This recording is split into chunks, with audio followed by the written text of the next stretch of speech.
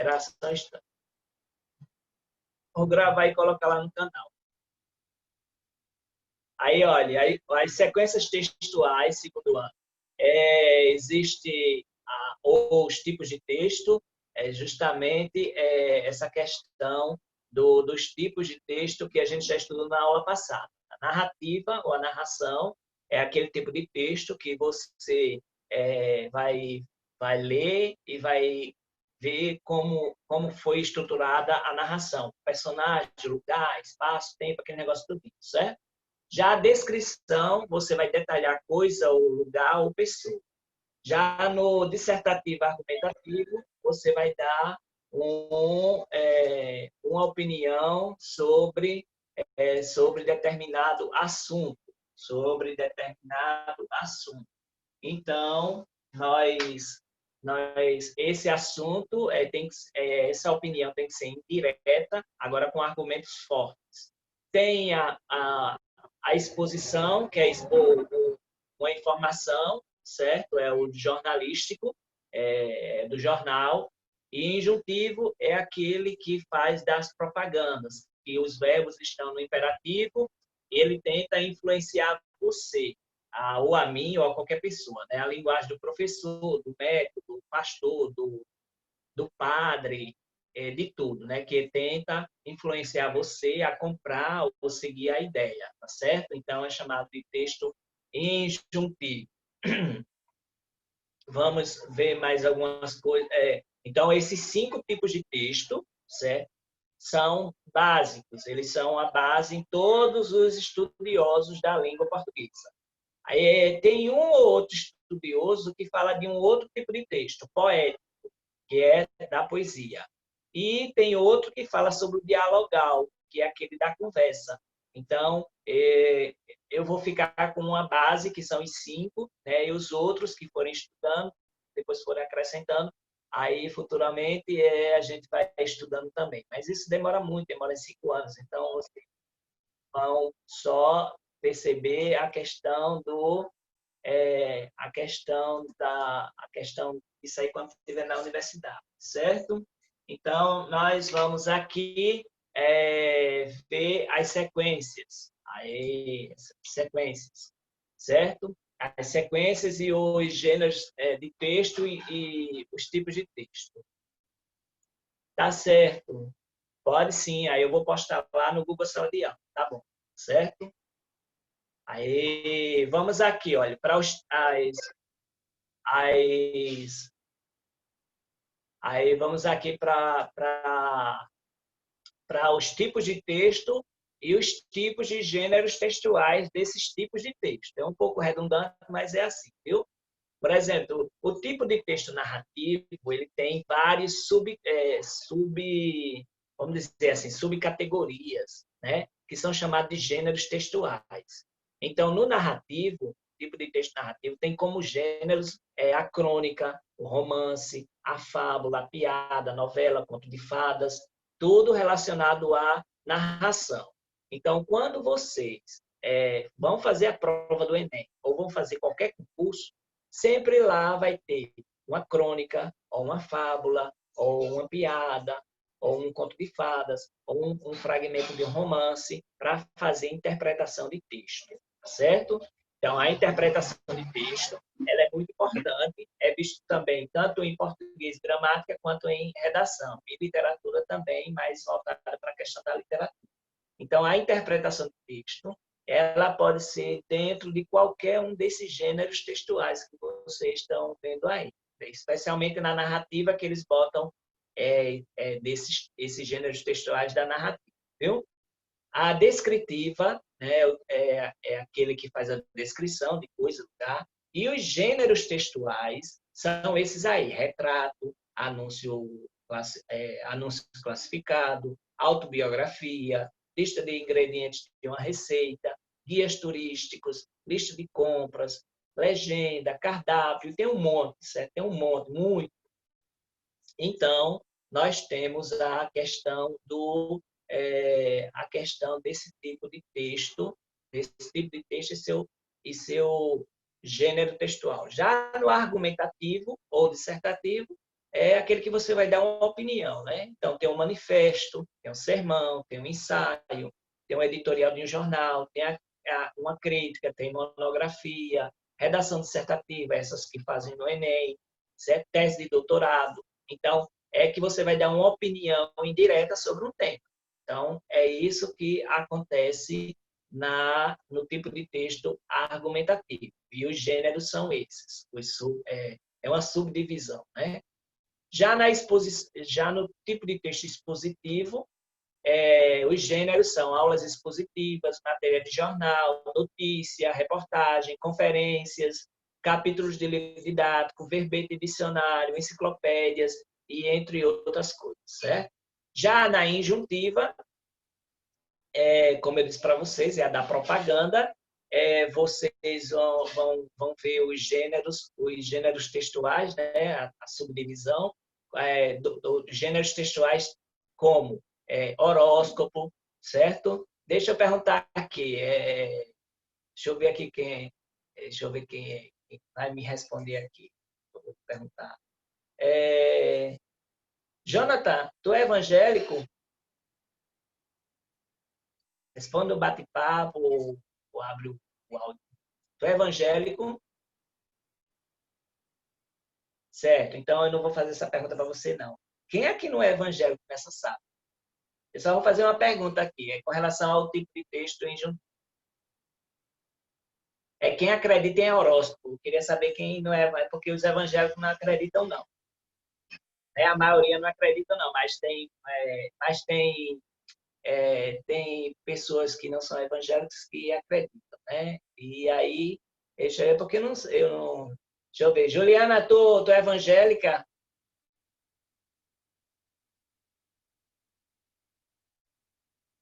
Juliana?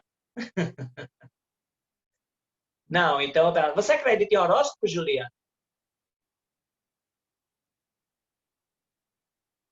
Certo, então, beleza. Mas tem gente que acredita em horóscopo e só sai de casa se for ver o horóscopo, né? Então, porque o horóscopo traz aquelas informações, né, que tem que influenciar você, de certa forma. Aí, o horóscopo, ele vai dizer, olha, seu dia vai ser assim, seu dia vai ser assado, você vai encontrar o amor da sua vida e tal. Então, ele está ali tentando convencer a você a ter um bom dia, sei lá, ou ter um pensamento positivo, mas também tem uns horóscopos que só lasca a pessoa, viu? Porque quando olha, não sai hoje não, que vai acontecer uma coisa ruim, que não sei o quê, bababá, e tá, né? Então, quem acredita aí fica sempre só sai de casa se lê o horóscopo, certo?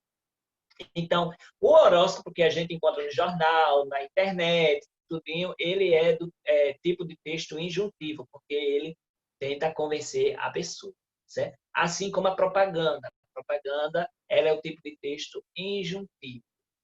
Existe também a bula, a receita culinária, manual de instrução de um aparelho, livros de autoajuda.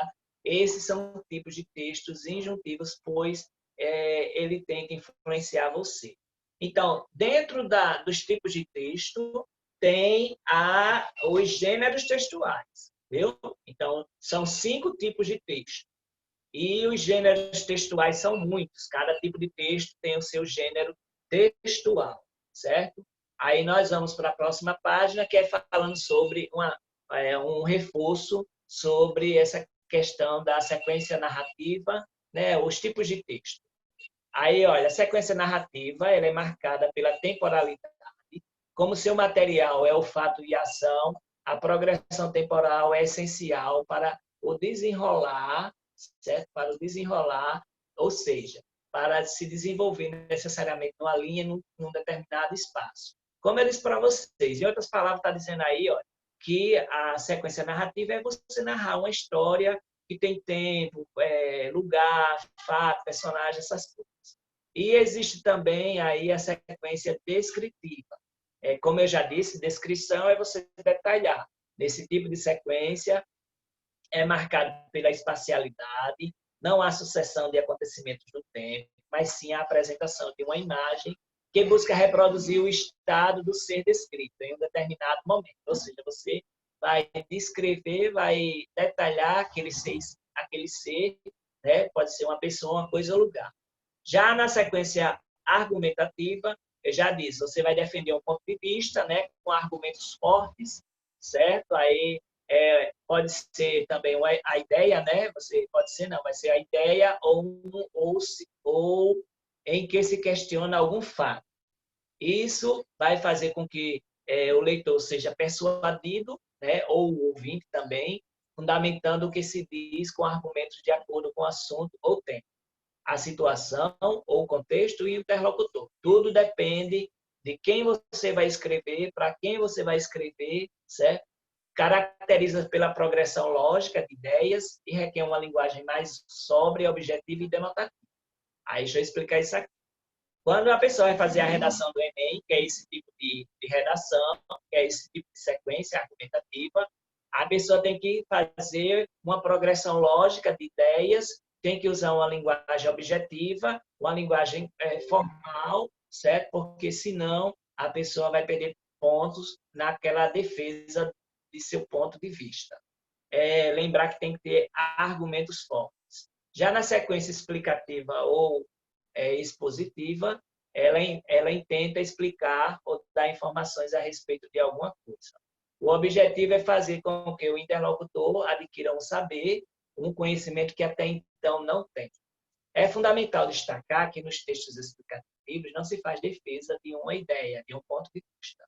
Característica básica do texto argumentativo. Aí deixa eu explicar aqui para vocês.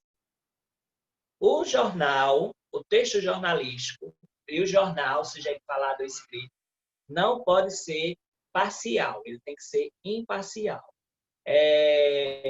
Mas aqui na Paraíba nós vemos muito claro a parcialidade dos jornais. Por exemplo, tem jornal que ele pende mais para um político do que para outro. Tem um jornal que pende mais para um lado religioso do que para outro, né? Então, nós temos essa característica do jornalismo, do tipo de texto jornalístico aqui, do tipo de texto expositivo que nós temos aqui na Paraíba. Se a gente vai para o sul, sudeste, aí eles são mais independentes, mas mesmo assim eles têm uma tendência a seguir um padrão, político, ou religioso ou filosófico, certo? Mas não pode ser assim. Então, o jornal, que é um tipo de texto expositivo, uma sequência expositiva explicativa, ele não pode ter, não pode seguir, ele não pode defender um ponto de vista. Quem defende ponto de vista é textos do tipo argumentativo. Os textos explicativos tratam da identificação de fenômenos, de conceitos, de definições. Então, isso é só explicar, né? O texto expositivo é só para explicar e não para você dar a sua opinião. Já a sequência injuntiva ou instrucional, como eu disse para vocês, ela é a da propaganda. O tempo verbal mais usado é o imperativo. Imperativo quer dizer obrigatório, né? Imperativo é obrigatório, assim como a palavra injuntiva. A palavra injuntivo quer dizer injunção. E ela vem também da palavra conatum, que é do grego, que quer dizer persuasão, quer dizer apelo, né? Que a gente vai ver daqui a pouco. Ou outras formas que indicam ordem e orientação. Lembre-se de que o texto injuntivo é aquele que predomina a função conativa apelativa. Lembrar, é função conativa e não função conotativa. Não existe função conotativa, existe função conativa. Vem de conato, vem de apelo. Ela tenta convencer o receptor, quem ouve, a atender à vontade do emissor, quem fala. Agora, quando eu falo também, em relação à função, é conativa, mas existe a linguagem conotativa.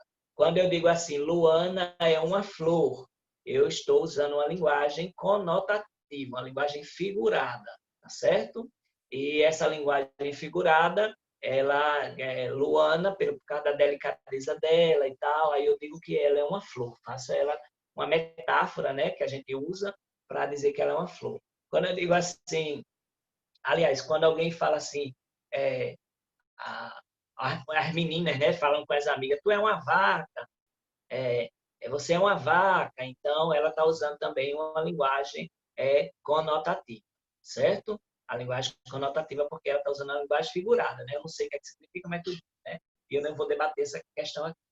Quando alguém fala também, ele é alto como ele é um poste, ele é muito alto, né? Essa questão. Então, está se usando é, é, aí está se usando essa questão de linguagem figurada, linguagem conotativa. Mas a função aqui a função é função conativa. Aí a gente vai para o próximo slide que a gente vai ver aqui. Como eu disse também a vocês, essa questão dos tipos de texto tem escritor que coloca o dialogal, o poético, aí eu incluí aqui, certo? Aí tem tipo de texto, o argumentativo dissertativo, ele pode ser um anúncio, um editorial, um júri simulado, uma resenha, os textos científicos. Já no narrativo, o gênero textual pode ser uma biografia, um BO, uma carta, uma crônica, uma confissão, um diário, uma fábula e uma novela. Já o descritivo pode ser uma bula, o gênero textual pode ser uma bula, um cardápio, um anúncio, um manual, uma nota fiscal, um dicionário, certo? Já o expositivo informativo é o gênero textual é placas de preço, anúncio, atestado, propaganda, bula, cheque, currículo. Não, a propaganda é um injuntivo.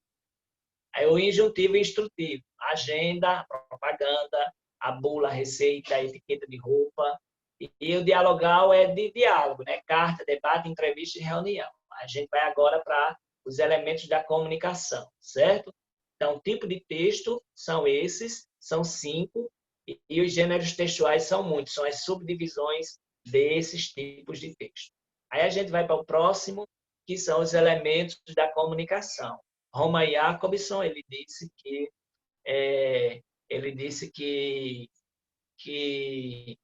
a comunicação é feita através de 6 elementos, que a gente vai ver em seguida. Ele era um linguista russo, né? E ele disse que se haver algum problema na comunicação, em algum dos elementos da comunicação, não há comunicação. E eu falei para vocês na última aula sobre esses elementos da comunicação. Aí nós temos esses elementos da comunicação, que é o emissor, né? Que ele manda, deixa eu gravar aqui, o emissor, ele manda uma mensagem para o receptor, certo? Esse receptor, ele está usando, tanto o emissor quanto o receptor, ele está usando o mesmo código, que é a língua, certo? Estão usando a língua, é a mesma. Se for diferente, não tem comunicação, que eu vou explicar agora. E o canal, que é justamente, que pode ser a fala ou escrita. E o referente é o assunto, certo? Então, aqui são os 6 elementos da comunicação. O emissor envia uma mensagem para o receptor, usando a mesma língua, usando o canal, que seja o código, né? Mesmo código, usando o canal, que seja ele falado ou escrito, e falando sobre algum assunto. Roman Jakobson foi que fez essa divisão dos elementos da comunicação. Se o emissor ele não fala o mesmo código, ele mandou uma mensagem, mas o receptor não sabe esse código, não sabe a língua do emissor, aí não tem comunicação. Se a pessoa escreve errado, o emissor e o receptor têm o mesmo código, mas ele escreve errado. Ele escreve coisas que a gente tem, coisas que a gente entende, tem coisas que a gente não entende. Aí o canal escrito está sendo prejudicado. Então, não tem comunicação. Assim como no falado também, certo? Então, esses são os 6 elementos da comunicação de Roman Jakobson. A gente vai ver agora um pouquinho mais à frente, que eu vou passar aqui, ó. Então, sobre os elementos da comunicação, o mesmo Roma Jacobson disse que existe as funções da linguagem, certo? A função que ela está centrada no emissor é chamada de função emotiva. É quando se tem um poema, certo? Uma música que fala sobre a tristeza, certo? Alguém levou um chute na bunda da namorada, do namorado, né? Aí ela faz uma poesia, faz uma música, ela escuta a música, escuta a poesia, ela está num estado de alma muito triste ou muito alegre. Aí ela vai fazer um poema ou alguma coisa escrita justamente ela vai mostrar o estado de alma dela. Mostrando o estado de alma dela é chamado de função emotiva, certo? Aí nós temos aqui a função conativa, certo? A função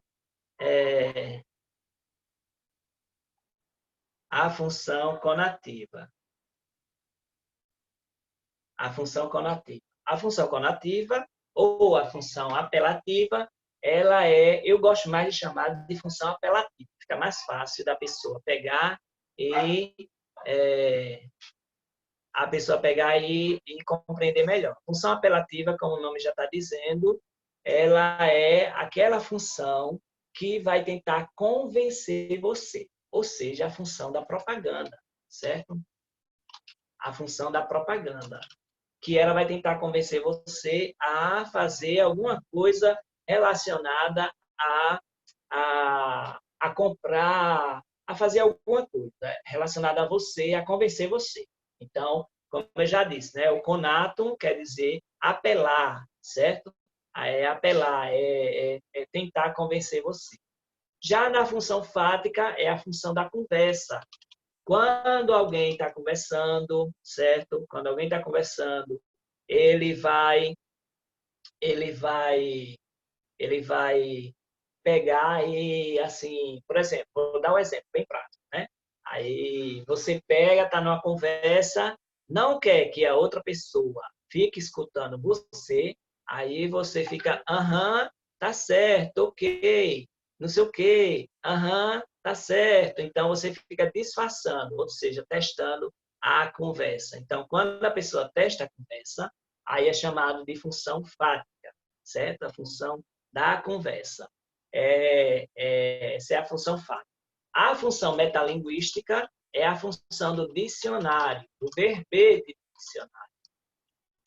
A pessoa vai procurar o significado de uma palavra onde? No dicionário, né? Antigamente tinha livro de dicionário. Hoje não tem mais livro de dicionário. Livros assim, tudo pela internet. Então, as pessoas vão na internet pesquisar sobre sobre o significado daquela palavra. Então, tem essa questão da função metalinguística. Aí tem o referencial, a função referencial, ela fala do referencial, é a função que o jornal tem, de só passar informação. Então, se eu coloco para vocês um pedaço de um jornal escrito, né? Então, uma notícia, aí a função é referencial, tá certo? Então, nós temos aí essas funções da linguagem. Vou dar o print e vou mandar para vocês lá no grupo, certo? Sobre as funções da linguagem. Vou passar para o outro slide para a gente pegar e dar sequência. Aí tem Bom dia, professor. Bom dia, Ricardo. Ricardo? Esse mesmo, eu estava sem internet. Viu? Ah, tá. Seja bem-vindo, Ricardo. Aí eu estava falando sobre as funções da linguagem, depois você dá uma olhada no vídeo, porque aí você chegou quase no final, viu? Beleza, beleza. Mas o importante da vida. Eu vou colocar você, aí você vai ter que assumir o compromisso de estar nas aulas, porque eu vou pedir sempre para você Tá certo, cara. Aí, vou pedir para você sempre colocar o nome dos alunos para mim. Vou nomear você meu assistente, viu, seu Ricardo? Ixi, Maria, tá certo. É, pois é. Aí, ó, função da linguagem. Como esse texto aqui é um poema, certo? A estrutura é um poema, nós temos uma função. E o nome já está dizendo, se é um poema, a função é poética, tá certo? Não é fática, porque não é de conversa, e não é apelativa conativa, porque não é uma propaganda, tá certo? Qual é a função da linguagem presente nesse texto? É a função poética. Aí nós temos, no outro texto, qual é o tipo de função da linguagem desse texto aí? É bibisfirra, certo? Aí tem as opções. Poética, isso aqui é uma poesia? Não, então já não vai. Fática, fática é da conversa. Então, se é de uma conversa, vocês vão perceber que aqui não é uma conversa, mas é uma propaganda. Sendo da Professor, prática é propaganda, tipo um diálogo, é? muito bem, é um diálogo. Já a metalinguística é do dicionário, quando a pessoa vai procurar saber o significado de uma palavra no dicionário.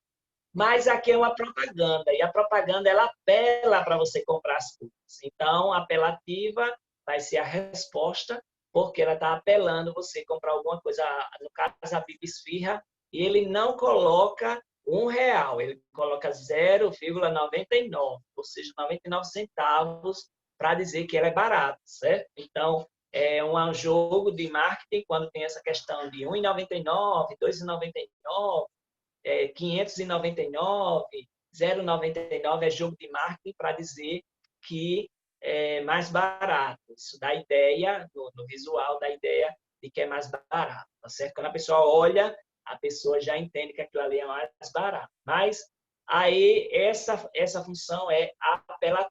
Nós vamos aqui, eu vou interromper aqui para colocar a proposta de redação para vocês aqui, certo? Vou disse para vocês que a proposta de redação é a escassez da água, né? A gente sabe muito bem que nós temos pouca água potável no mundo, existe mais água salgada do que a água potável.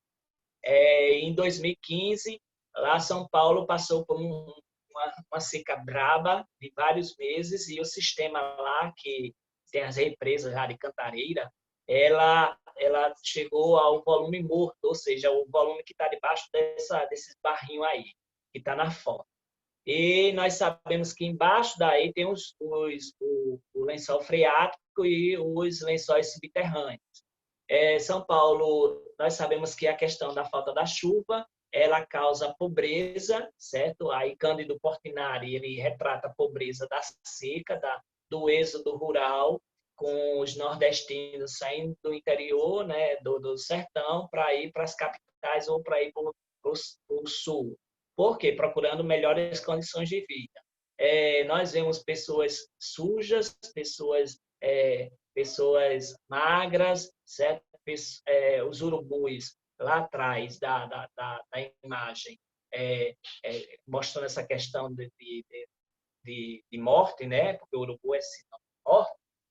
Aí, Cândido Portinari tocou nessa questão. Então, tem a questão do êxodo rural, tem a questão da poluição, certo? As pessoas poluem muito os rios, a água potável, certo? E lembrar que em 2015 teve essa questão do Sudeste ter passado por essa crise hídrica e eles perceberam o quanto é importante a preservação da água. Lembrar que a água, o lençol freático, ele acontece através da chuva. A chuva, a terra absorve a chuva e vai para o lençol freático. Lembrar também que existe o aquífero Guarani, que é o maior do mundo, está aqui no Brasil, e ele pega vários países também da América do Sul. Então, aqui no Brasil tem esse aquífero Guarani muito importante.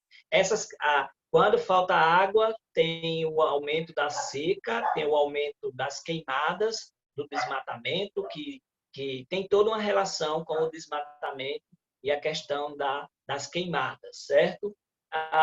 Isso é falta de gestão e nós temos essa questão de que quando alguém faz o desmatamento, aquela área ali fica desprotegida e aí se tem a questão da seca e essa questão da seca ela termina fazendo com que a região sofra com a diminuição do lençol freático, certo? Então, existe, como eu já disse, o aquífero Guarani, ele é um dos principais do Brasil e do mundo, certo? Que abrange vários países e uma boa parte do Brasil. Tem essas águas profundas, que é de onde tira o abastecimento dessa água para o abastecimento humano, e que lá na Europa, eu procurei saber os dados, na Europa, 50% das cidades elas estão em crise hídrica em 2050. 2050 não vai ter água em 50% das cidades da Europa, porque lá o lençol freático diminuiu bastante. Então, essa é a proposta de redação, certo? E eu pergunto a vocês se tiver alguma dúvida, vocês falem aí, certo? Para que eu possa tirar, porque temos só 1 minuto. Alguma dúvida? Alguma dúvida? Não? Tenho não, professor. Pronto. Ricardo, foi bom, viu, você ter vindo aí, viu, assistente? Depois você pega o nome de todo mundo aí e coloca lá no grupo ou no privado para eu fazer a chamada, viu?